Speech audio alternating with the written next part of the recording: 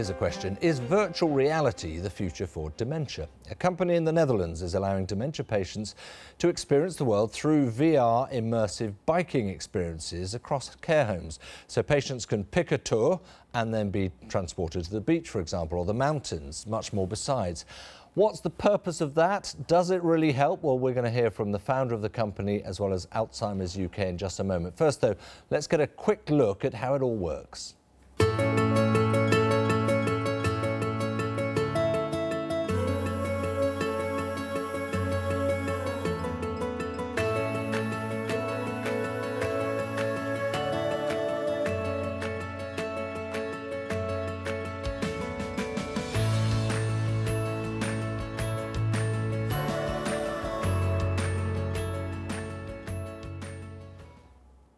So a little flavour there of what it looks like. We'll have some more during the course of our discussion. But I'm joined by the CEO and founder of Bike Labyrinth, that's Ella Kaiser, and also Tim Shakespeare, who's with me here, the Research Information Manager for Alzheimer's UK. Thank you both very much indeed. I'm going to start with you, Ella, as it's your project. What made you think of it in the first place? Well, to be honest, it were physiotherapists and caretakers that asked us to make this because it was really needed in the elder care world to have something to recognize, to reminisce, to have memories, and to exercise and to make that. And that's the interesting link, isn't it? Because as we've already seen from the pictures, we'll get a few more of those, I think, that this is part of it, is just about going for a bike ride, getting the legs working, doing sort of healthy activity that perhaps we don't associate with the sort of elder generation.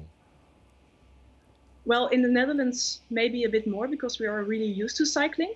But yeah, exercising is, of course, healthy for everyone, but it's quite boring if you are on a home trainer.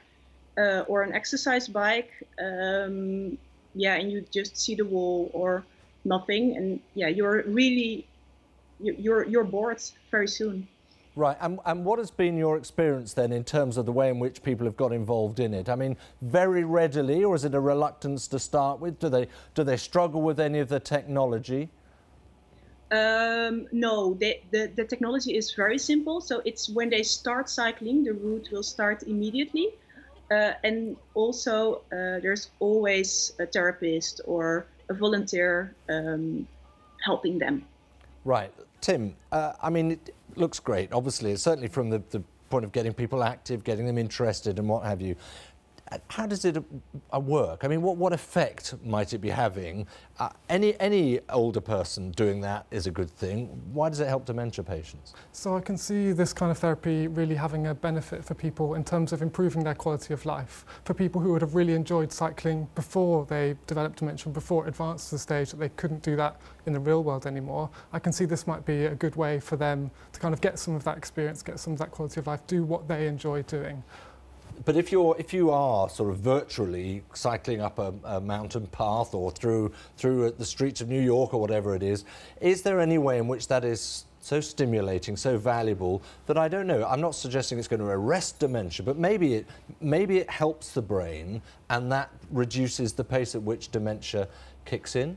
Yeah, I think that's where we don't know so much as yet. I think there's evidence that exercise can help people, exercise is beneficial for people, but I don't think it's at the stage where it would help to stop the disease or slow the disease down, but it might help with people with some of their symptoms, and it might make them feel better too. Ella, what about, I mean, you know, you can look at a whole list, I'm sure, of things you can do to go pedalling off here or there, but can you tailor it to individuals? Can you give them a flavour of their life, maybe?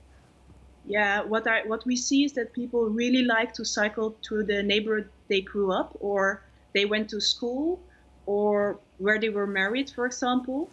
So that's why we make many tours. We have almost 200 tours in the Netherlands. So in the Netherlands you can cycle everywhere, and in the world we have more than 400 tours. So we really want people to cycle through an environment they know. And of course, they can go on holiday as well. Right, which is lovely if they can sort of reminisce on where they've been. Can I ask you this? Is it provided by the state? Is it cheap, expensive? How does it work?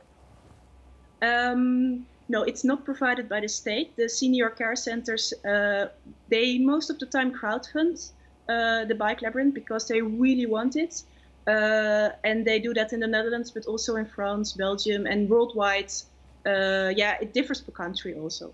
Tim, I guess we can extol the virtues of this. Anything that helps to get people with dementia active is going to be a good thing. But is this the sort of thing that you would expect to see growing across the piece now? Absolutely. So any kind of intervention that can help people with dementia in moderate or later stages, people who are living in care homes, live better is something we want to see. And that's why we're funding research into projects that do that. So Alzheimer's Society particularly is interested in implementation research, looking at how we put this kind of thing into practice, how we get it rolled out widely across care homes. And often that is looking at the cost-benefit analysis. Can we find a way of putting it in place in a cost-effective way? And can we develop the really strong evidence that it's really helping people to make a strong case to policyholders that they should be paying for it? The old phrase is healthy mind, healthy body and all that. But would it not be perhaps better that people got outside, enjoyed the fresh air, walked around the gardens or whatever, than sit in front of a screen? Absolutely. So we'd always say with this kind of technology that it shouldn't be a replacement for human interaction,